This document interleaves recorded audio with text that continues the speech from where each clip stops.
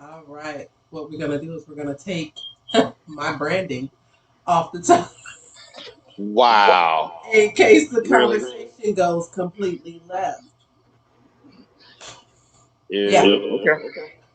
I mean, because it's Friday. It's Friday. It is. So, all right.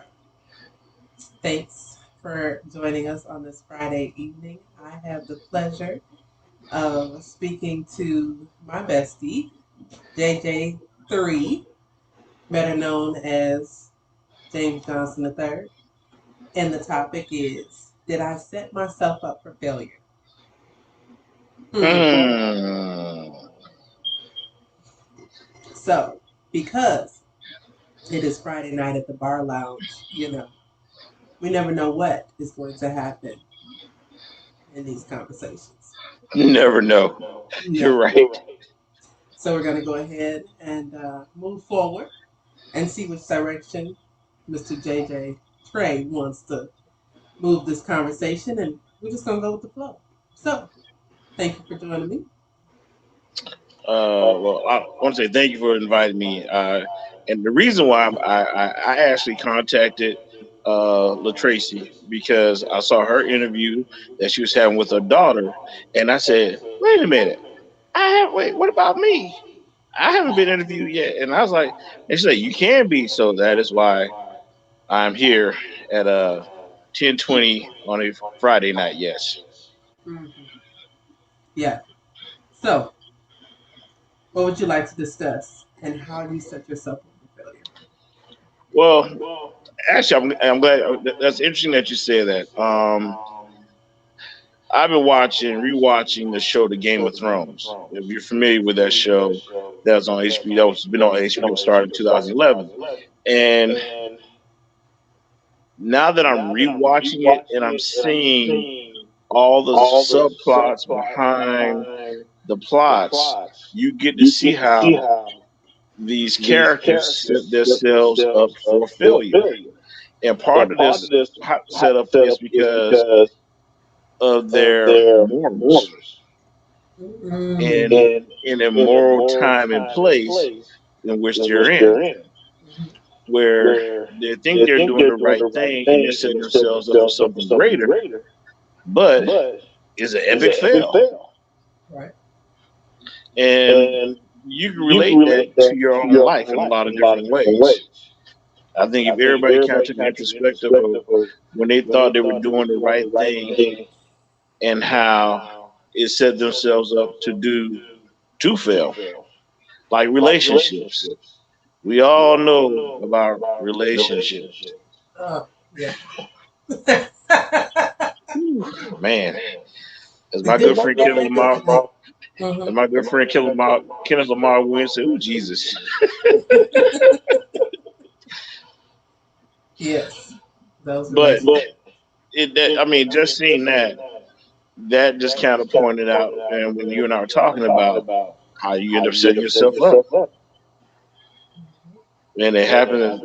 The funny part about it is, I think it's a natural thing to happen, and I think when we do that, we learn. If we choose to learn.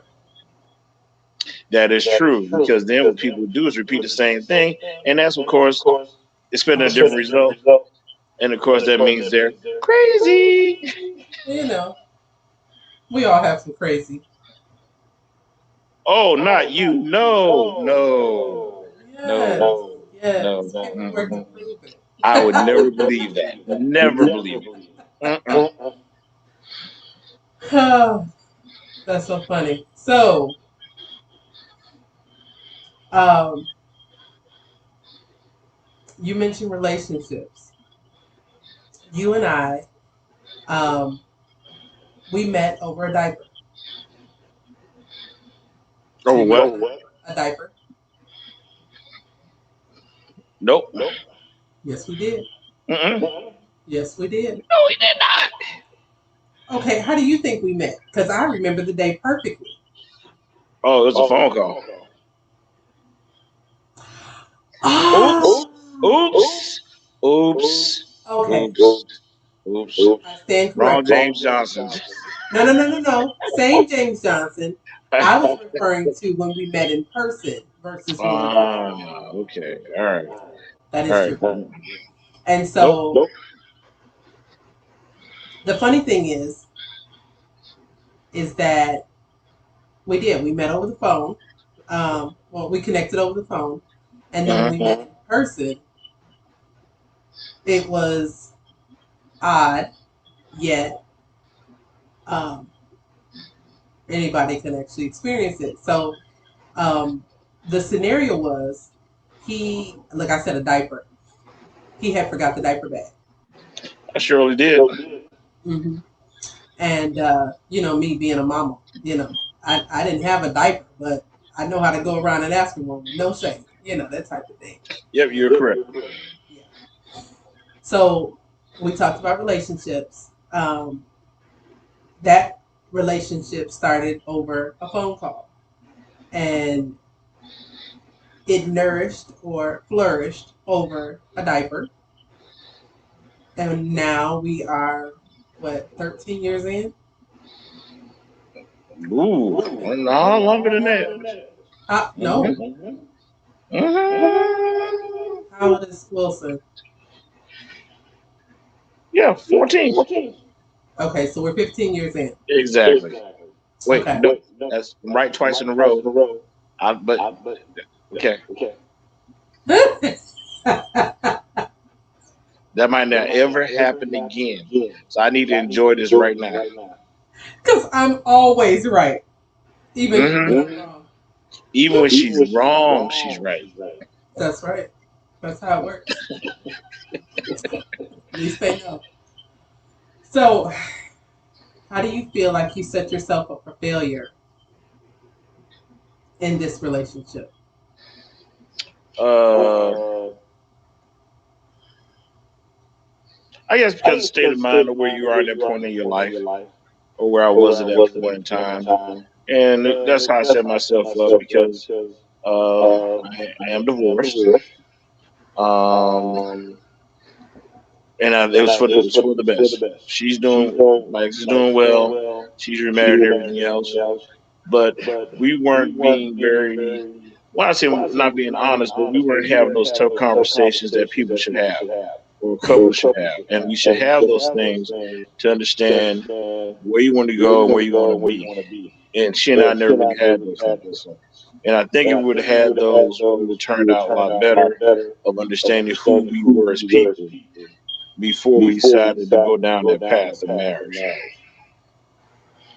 I like that you said that because a lot of times And, people don't take that time to get to know each and other. so, saying that, that's how I set myself up to fail.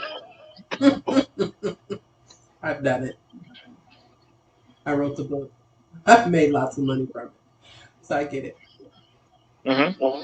And as you said, as you don't learn from it, you're doing to repeat it. And then it opens you up to have more conversations when you are single and able to have these conversations with people. And you become more direct about what you want. And I think as you get older, you want to become more direct in what you want moving forward because one of the most valuable things you have in life is time. Mhm. And you have to know what you want to do with that time and how you want to spend it. And when you're young, you don't understand the value of it. But as you get older and your kids get older and you start looking back, we got more years behind you than in front of you, it helps you realize how valuable it really is. And hope it's not too late to go ahead and continue on, you know, having great experiences. Because I said my goal is to last until I'm 94. I figure I'm gonna be done doing everything I need to do by 92. So the last 2 years can just be chilling. Yeah. No, no, not really. I got plans for the nursing home. They gonna put you out.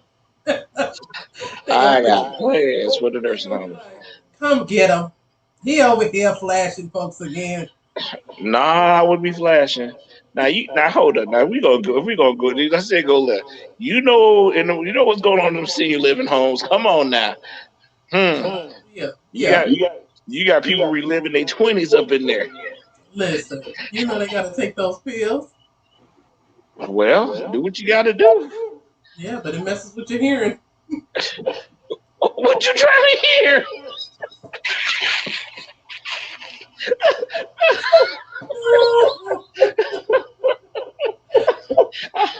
I'm like, would you? I mean, those people gonna hear you. Is the nurses, and they're like, oh my, what, Mister? Do you hear Mr. Johnson again? Oh my God, that ain't Mr. Johnson. There's some other lady in there. Oh my God. Mm. See, telling off on yourself. Oh, what's gonna happen? No, that's I said that's the old folks home. Yeah, Hmm. I can imagine. Well, no, you kind of realistically, you kind of think about it in that scenario.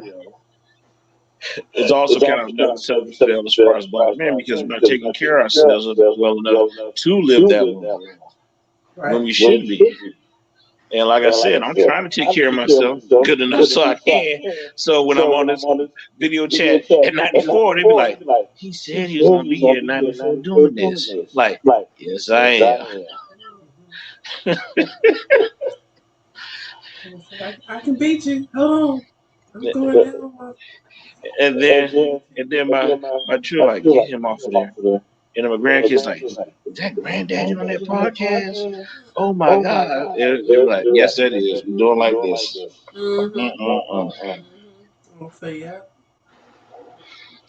He's still, he's still around here being managed. Wow. No, no, no, no. I'm a gentleman. You are a gentleman. I can say Hmm. that. Hmm. Yep.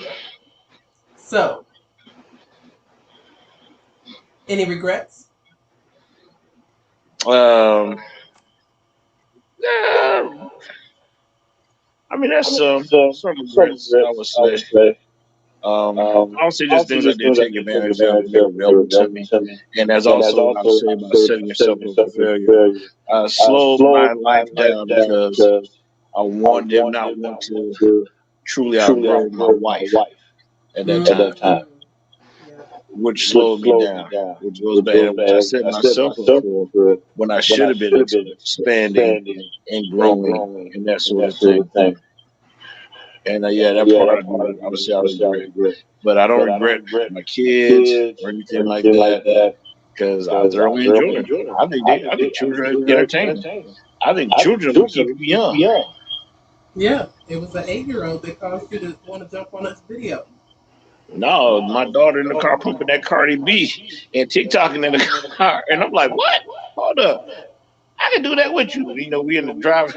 I'm driving it. You know, it's just one of those things because you relate to the music and every song I hear them playing, I'm like, you know, what song that really is right there. You know, what song that ain't new. Nah, and Right. that took me back to thinking like, dang, this ain't anything my dad used to do. It's like, son, that ain't new. That's James Brown beating the background. Oh, really? Oh, okay, all right. And now it's not even James Brown. Now it's a subset of James Brown that was beat by Jodeci, Right. Right. or should I say Donnell Jones? Okay. Yes.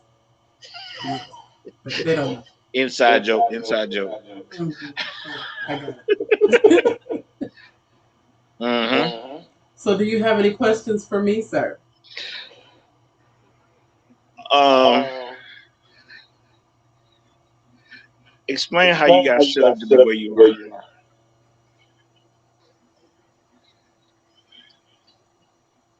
Oh my goodness. Um, I just about started crying right then. Um, how I got set up to be where I am right now. I was Yes. pushed out of the nest, for a lack of better words. Um, I was in love with a man, and he pushed me away because he saw greater in me that I saw in myself at that moment, and he would not allow me to settle.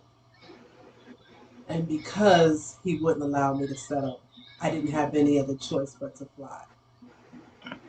And so that is one of the pivotal points of my life. And so for me to be at that place now that he saw me at years ago and I didn't see myself there, I'm like, man, um, thank you for not allowing me to settle. But at the same time,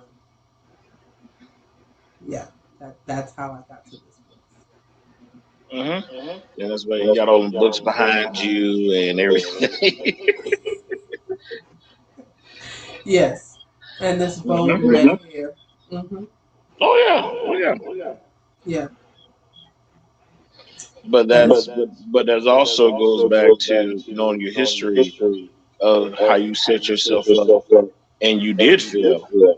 And from those things, you were able to build a foundation not only for yourself but for your children, to yeah, where your children are excelling beyond you at their current ages to where they're at.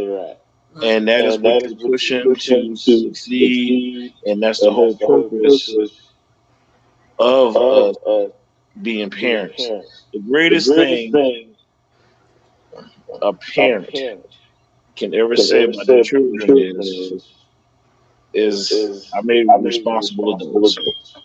hmm, It's not about the Mother's Day gifts. You know, Father's Day coming up, folks. Just telling you, I'm just gonna put it out there like that. I'm we're not gonna saying get it needs to you be some like Mother's little Day, socks. We're gonna but get you some little socks. let me say this. I encourage anybody who's getting a Father's Day gift, do not get your father no socks. That's the running joke. No socks. I'm just no socks. Ah, yes, no socks. But that is a key to where you are now is because of what you've been through and your kids have seen you go through those things, but yet they also still got an opportunity to see you still progress and move on to get the letters in front of your name. Hmm. I'm just saying this. I remember when I said when you told me you got a doctor, I said, "Shit, doctor? Wait a minute, where'd she get the 4 year? I don't even know she got a 4 year degree." But hey, but I was like, You "Hey, were you were that's great." there. You were there. You were there during the classes. You were there when I was crying on the side. You were there. I don't know why you don't remember. You were there. Okay, 'Cause I was doing so much. I was into everything. yeah, yeah, Yeah. you are. But like I said, that just goes back to what the topic is. I mean, is how you set yourself up for failure. When by doing like I said, you're growing from it. Just imagine if you got everything right. What would you learn? Nothing.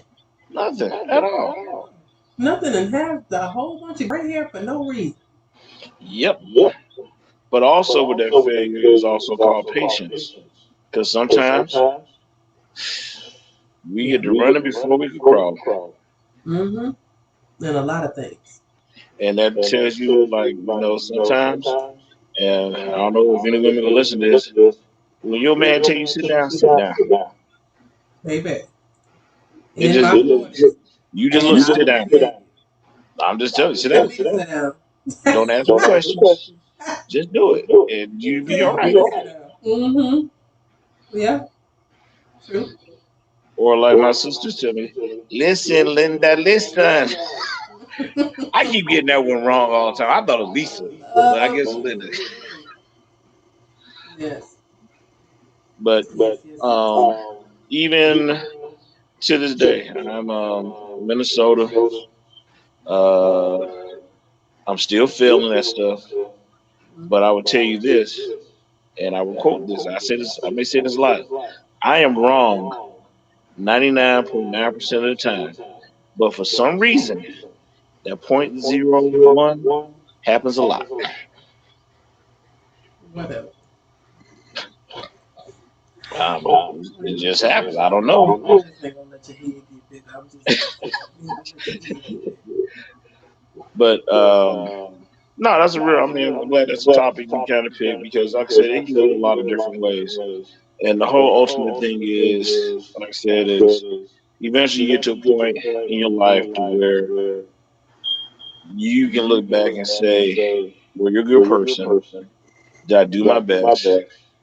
And what else is there for me to do?" It's just like with Cicely Tyson, for example. You know, the week before she died, she did an interview with Gail Kemp on CBS this morning. And she said, she said, use her until you can't use her no more for the betterment of the people. And evidently, at that point in time, it was her, God used her the way He needed her to be used and got the message out that she needed to have said out there to us. And that's what it really is about. Mhm. That's true. I tell people all the time in the community, the writers community, and I'll tell them, listen, she was 96 years old when her memoir was written. Yeah. And you don't want to wait till you're 96 because you may not make Nope. You might not. Like I said, I'm getting 94. it. I don't know what's gonna happen the day after 94, but 94 is the timeline. Come on, old man, take your glasses and put them back up over your head because you got the glare. Hey, I got new glasses. I'm proud of them. All right, there you go. Much better. I'm just trying to help you out, because you're on the camera. Now I got a production manager now. Okay. Listen. See, I don't even know why I just said it. Now she about to go open up her own studios now. Here we go. Stop challenging me. I got it. Got it in me. All right, what's the next question? Um, what are your next moves in life? They ain't ready. All right, so that's the name of her next first movie. Is called They Ain't Ready. That's gonna be her first movie, starring her children, the Ain't Ready crew. No, I'm moving in silence, and not many can roll with me. And so, yeah, when I come out, it's gonna be one of them Diana Ross moves that I'm coming out. Yeah, Wait a minute, are you old enough to know that song? I don't know. That was like 1980. You weren't. I was born. I was born. Diana Ross All was right, born. just want to say so. Don't play. Diana's still looking pretty good at her age now. Listen. Mm-hmm. We shape just alike. Yeah. Just, look, you had to think about it. Stop it. Stop it. Yes, but my next moves, I'm moving in silence. Mm-hmm. Mm-hmm. Well, that's good. Remove silence. That Yes. sounds like some ninja type stuff, but it's okay. Yes. Say the word. You know what I'm saying? You're gonna take them earrings off, and they be like, "Your weapons." Listen, I got this bright red hair, Uh, so I can't move that in that much silence. But they better watch. They better watch because it's coming. oh no, the hair looks lovely. Thank you, thank you. I appreciate it. Yeah, but no, I mean, I'm just really proud of you. I still want you to keep doing the things you're doing as you move in silence and doing your things. I know that you got your book. Is a bookstore? Two of them. You got your bookstores up and going, and I think you folks should be out there supporting it. Yes, yes, yes. Let's get as many people to support as you can. And I will also say, because I am a graduate of an HBCU, Yes. we need to encourage our children to attend HBCUs. Yes. And going back to setting us up for failure, that is what I think some of these schools are setting us up for. Because when you go to these PWIs, they don't have the same love for you as HBCU does. That is true. They don't, in my opinion. Just my opinion, I'm one person. I I can say that attending an HBCU gives you a prerequisite for being innovative. Uh, because you have stages of survival and some stages Say uh, that again. of living, and so you need those in order to be well rounded in the world. And so, if you don't know how to make a pizza crispy in the microwave, or if you don't know how to, back in my days when I was in school, put a ponytail in the microwave and make it curly, Uh huh. yeah, it's some things, to be able to iron your clothes without an iron. There's some things that you got to Yes. know, uh, at an HBCU because, or how to survive when the cafeteria is closed, or when how to get in the building without a key when it's after curfew. Yeah. There's things that you need to know about life. You need to know not to run towards the noise. You Yeah. Yeah. Yeah. You're right. run away from it. You need to And know. that's it's very, and the reason why I say it's valuable in this way about HBCUs. Yes, they may not have the same amenities as some of these other PWIs, but the thing about it is, it taught you survival skills to deal with better situations than they can ever have because they're used to the finer things, and if those finer things don't work, they stuck. Right. Versus being at an HBCU, yeah, that doesn't work, but you had to find 500 other ways to get the job done. I'm trying to tell you. Yeah. You had to find various ways and methods to work your way through it. And that is the beauty of it. So when you do get out there in corporate America and they're putting these roadblocks on you on purpose because they don't want you to succeed, but yet and still you do, Right. it does nothing but allows you to go back to your roots of the black college. That's so true.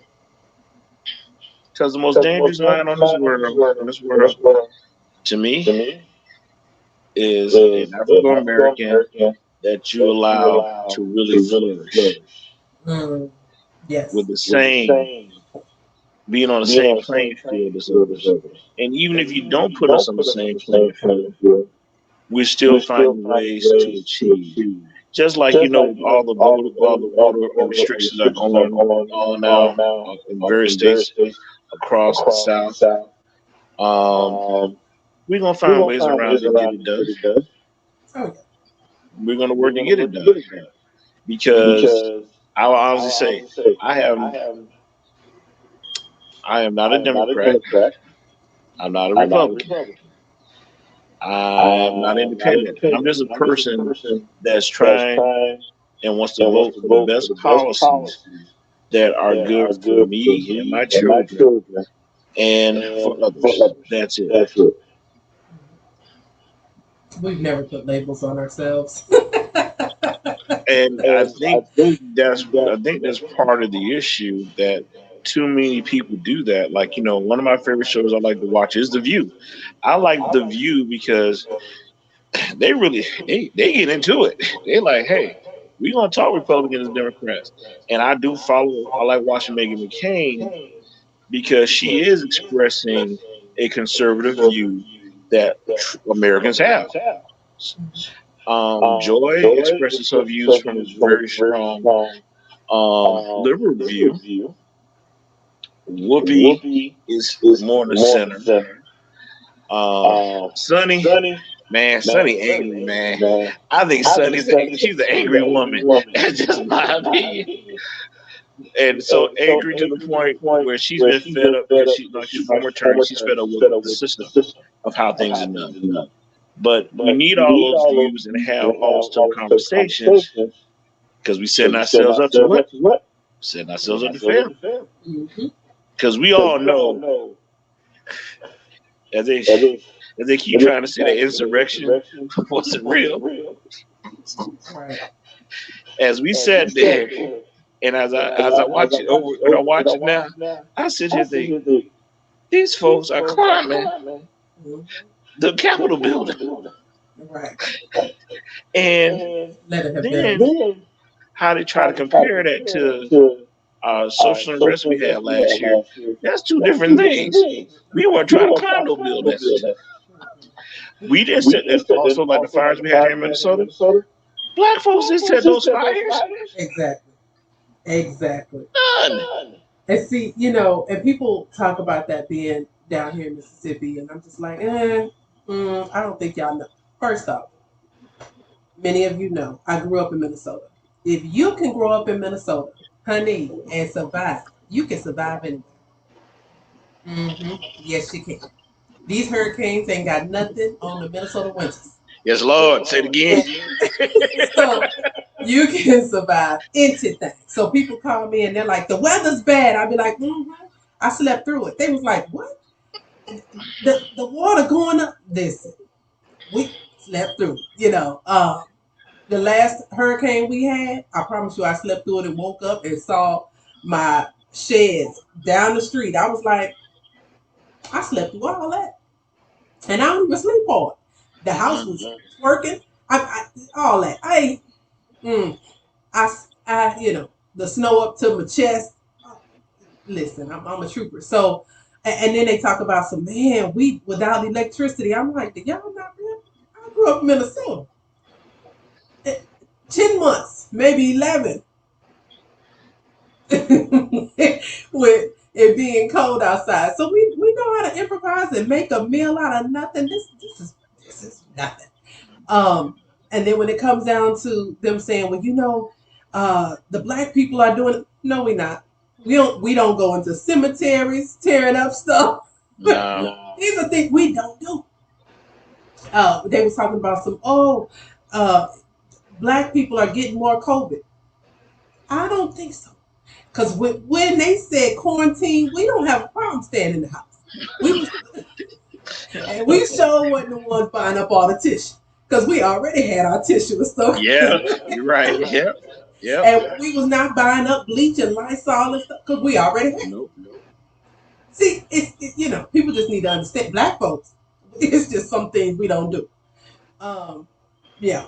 I mean, I was up in the house. They were talking about, we don't even know what a sanitizer is. I was like, oh, I know how to make my own sanitizer. Exactly. Once again. Right. We're innovative because we learn this type of stuff. So, I mean, did we set ourselves up for failure? I would not have chosen Mississippi, I'll be honest. But I am glad that I came. And I want to say that publicly. And I'm grateful for the push that I mentioned before. Um, yeah, there was many a days I was mad than a mammoth. I'm gonna tell you another thing. I'm gonna tell you a food item that people got set up for failure with: chicken wings. Because if you think about it this way, if you go back and you think about what they gave slaves to eat or what was left over, it wasn't the breast, No. it wasn't the thigh or the leg, it was the wing. But now there's a chicken wing shortage. Yes.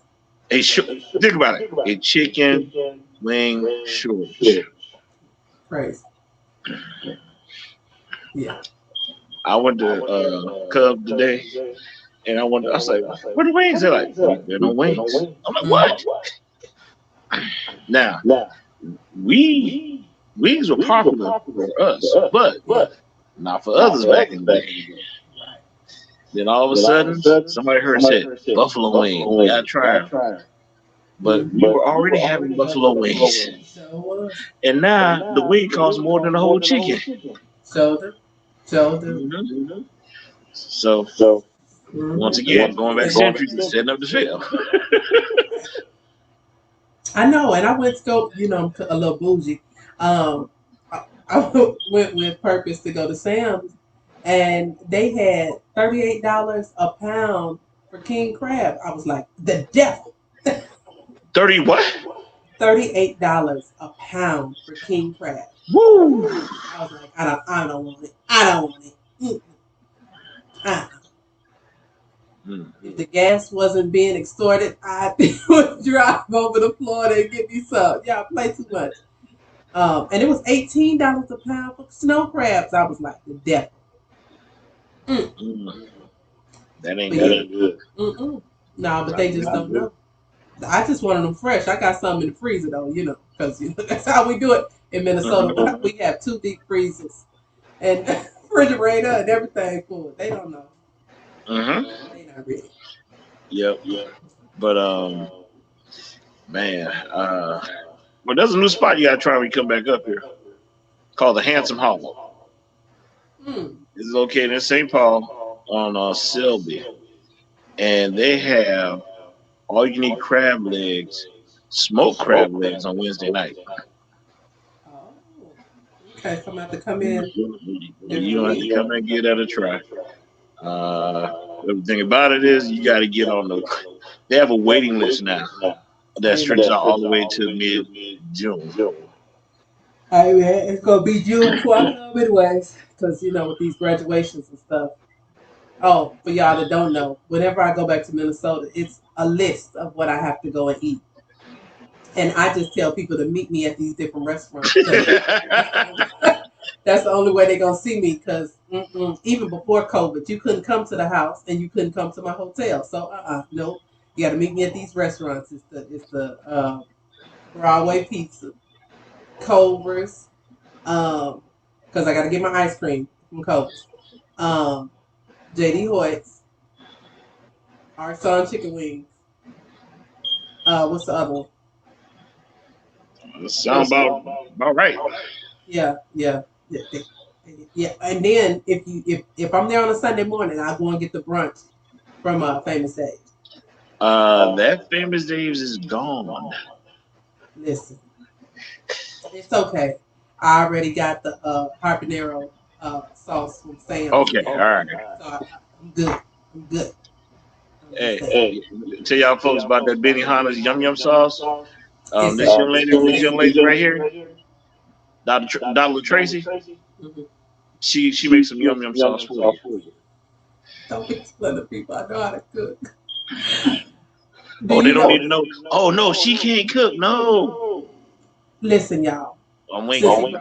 Since he brought it up, I've been in Mississippi, almost 11 years now. I used to do my own hibachi at the house with the Yum Yum sauce and everything. And I haven't told the kids I know how to make it. So when they talk about some, Mom, we don't have it. But y'all don't have it. That's yeah. Chick-fil-A sauce too. But the one thing I say it like this, that I know she can't make better than me. That's chicken soup. She can't make no chicken soup like me. No. She done tried. I will call every time for that recipe. And I don't know. Chicken noodle soup. Soup and the tomato, the chicken and you ain't ready for that chicken tonight. You ain't ready for that. Man, y'all just don't know. To have a man cook for you. Hey. Yes, those was the days. Yes. So we're 38 minutes in. Did I set myself up for failure? No.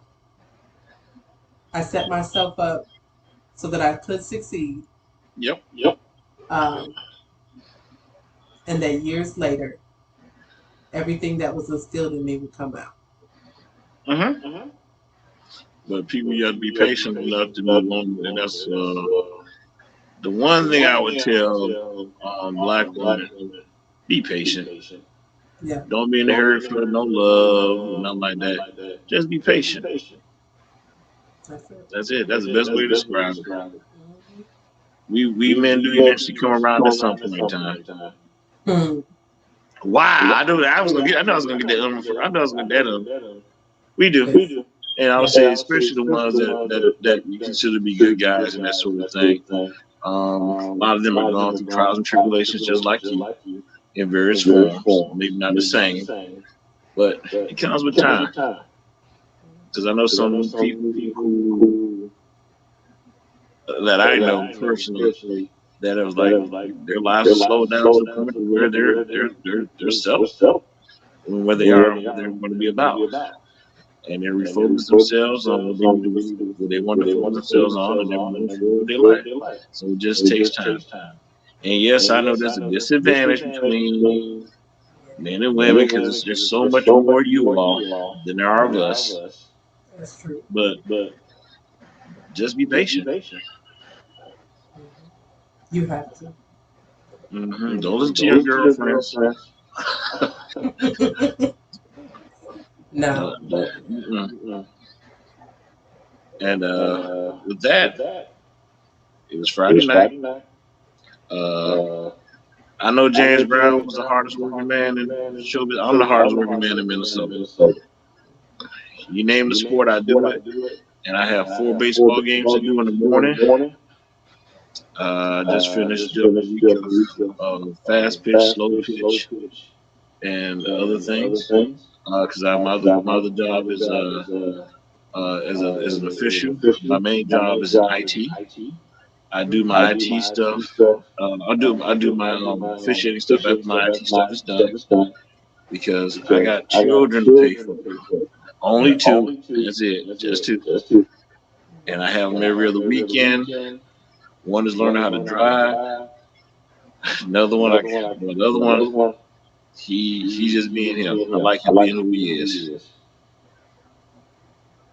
I enjoy both of them. I enjoy being a father. I'm not just a baby daddy. I am a father ever since the word. I can say You know, some people might be calling me Blue Junior, but that's another story too.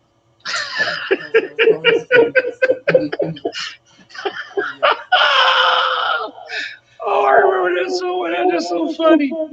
I remember when she's like, "Your name is what?" And she's like, "Blue Junior."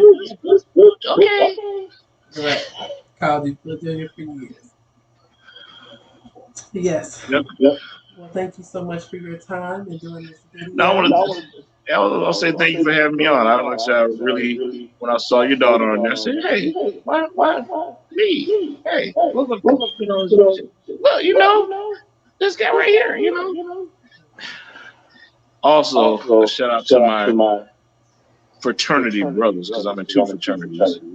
My first one is Alpha Phi Omega National Fraternity Incorporated, Kappa Delta chapter, Florida A&M University, Fall 90. Number 2 on that line. Yes. 14 Disciples of Destruction. Line name was Barbecue. And then my other fraternity also known as Kappa Alpha Psi. St. Paul Minneapolis Alumni Chapter. Yes. The things on that line. Yes, Anupa's in the house. Thank you. The things I could say right now. But I will. Yes. My goodness. What year was that conclave? 2007. Yeah. Minneapolis, Minnesota. Charlie Wilson with them tight pants on. Yeah. My name is Charlie. That's Charlie Wilson. Yeah, he did in the convention center. Yes, he did. Over the years. Oh my goodness. We've had fun over the years. Just wait, I tell you. We only get better.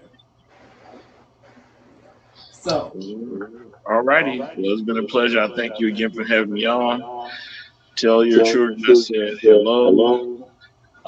Tell Rosario congratulations. And give me information so I can send her a graduation gift. All right. I appreciate you. And then I graduate right after her. Oh, but you know I can't be begging because you know I got graduation and I said I need sponsorship for the event all in the same month. But I'm spoiled, y'all. So I've been spoiled. There's nothing changed. You see, you hear him say, he can't deny it, though. He can't deny it. Nope, can't. Mm-mm. And when push come to shove, those Kappa brothers, they know I'm the baby sister. And I have no affiliation, by the way. I'm just saying. All right, then. I'm going to shut it down because, like I said, I got to work in the morning. Listen, I have 2 events tomorrow. This is what we do. We are the hardest working people in showbiz. So I will share with you the YouTube channel. Those who are watching, go ahead and subscribe and share this broadcast. Again, this is the Bar Lounge with Dr. LaTracy, JJ Trey, on the subject matter of did I set myself up for failure? So, great conversation.